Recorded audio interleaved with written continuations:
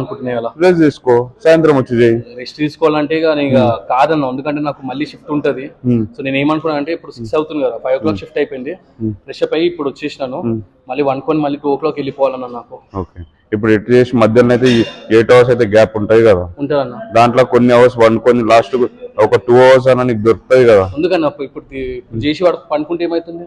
ఇదే కదా నీకు బాడీకి రెస్ట్ ఇస్తలేవు, నువ్వు రెస్ట్ ఇవ్వాలి ఫస్ట్ ఇంపార్టెంట్. నువ్వు వచ్చిన తర్వాత మంచిగా రెస్ట్ తీసుకొని వర్కౌట్ చేసే ముందు ఒక ప్రీ వర్కౌట్ మీల్ తీసుకొని కాఫీ చేసుకొని చేస్తే నువ్వు వర్క్ కూడా నీకు ఎంత యాక్టివ్ అవుతుంది. నువ్వు పోయినాక రెస్ట్ ఇవ్వవు, ఇది చేస్తావు, మళ్ళీ పోయిన తర్వాత నిద్ర పట్టది. ఎందుకు అదంతా డిస్టర్బ్? మంచిగా ఫుల్ ప్లేజ్గా నిద్ర పోవాలా, మంచిగా వర్కౌట్ చేస్తారు. లేదంటే చెప్పు ఈ టైంలో చేయరా ఆ టైంలో చేయరా అని అంటారు కదా వాళ్ళు. అట్లాంటిది ఏముండదు, ఏ టైంలో అయినా చేయొచ్చు.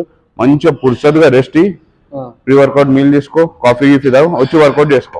అర్థమైందా? నేను చేయమంటావా పోయి అనుకోమంటావా?